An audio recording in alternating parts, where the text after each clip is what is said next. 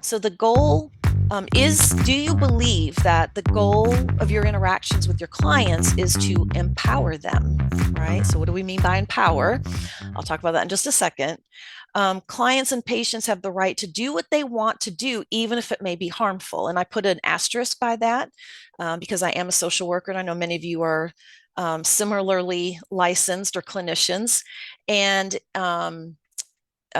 surely we all know that we have a couple caveats to that, right? So generally, we kind of have to let them self-destruct. But if there is, imminent risk of harm to themselves or to other people, then yes, of course, we'll intervene, and we do have to actually be directive, I guess, in that case that we do. You do kind of have to um, leave some of the a little bit of motivation interviewing behind, which is kind of one of the limitations of it. It's not meant to be crisis intervention. It can be helpful in terms of being empathetic, but there are times you do have to sometimes be more directive when there's a crisis involved.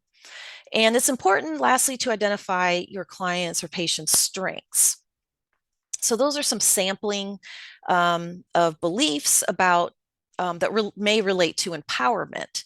So they talk about empowerment, in terms of like granting authority. So that is empowerment, and sometimes a person needs that or gets that. Like if you're supervising a staff person and you need to give them the authority to discipline another staff person, or whatever it is. So you might need to give them something that they're needing. And they talk about that being kind of like the deficit model. I have what you need and I'm going to give it to you. And that could include skills. So I teach social work, and we talk about part of empowerment might be to um, provide the skills they need in order to do something for themselves. So yes, that can be very true, but we're really also thinking about it in terms of utilizing and realizing their own strengths and abilities. So the thought, the attitude, remember this is a mindset too, right? That you have what you need and together we'll find it. So it's helping people appreciate, use, identify what they already have, and affirm their ability to make their own choices, reinforce and support their autonomy, right? So acceptance kept the absolute worth and accurate empathy piece, but we moved the idea of affirmations and autonomy over here to empowerment. So evocation is still a tool. It's one of the 4 tasks, but ultimately, um, acknowledging someone's freedom of choice. So it isn't just, you internally respecting their autonomy, is that it's helpful to say it. So, that's up to you, right? So it's might be saying things like that. I'm sorry, I have a question here. When a client is resisting, what is the best way to communicate that information? So yeah, how would you kind of let them know what's going on, right? So you're feeling um, that reluctance, and we'll talk about that in just a little bit later. But when we're sensing that there's a lot of like excuses made to not change, this is why I can't do that or can't do what you've asked me to do or whatever it is.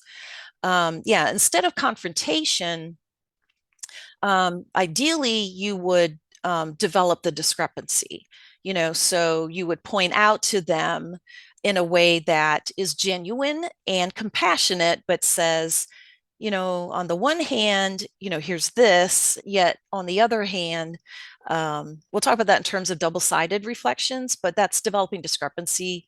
Part of developing discrepancy might be to kind of you point it out, so you don't confront them with it.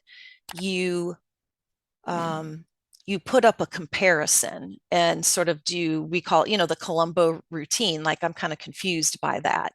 So it might be, So on the one hand, you're feeling like none of these skills that we've worked on so far are helping you, um, yet you really do want to deal with your depression or anxiety, that you still want things to be better. So we would try to point things out that way because you want them to feel kind of uncomfortable. And then there's other things that we'll talk about a little bit later, if it's an issue of discrepancy. So it just depends sort of also what the resistance is about, whether it's about um, um, the maybe how important that change is to them, or if it has to do with their confidence and their ability, different things like that. So we'll talk about that in just a little bit. So I appreciate that. If I don't answer it later, let me know. So, and I have a question here about similar to incongruence, right? You're pointing out the incongruence, yeah, that they feel two different ways about something at the same time. That's creating that ambivalence, which is coming out as the reluctance. Yeah, so we'll talk about that in just a little bit. Okay, so ultimately, the guiding spirit is what they're calling it now, is still pace. I know some people use cape. I use pace because I feel like that's the order in which Mill and Rolnick present it in their book, both of the books. And where I'm thinking, to me, it kind of sets the pace of the session, that way of being with them.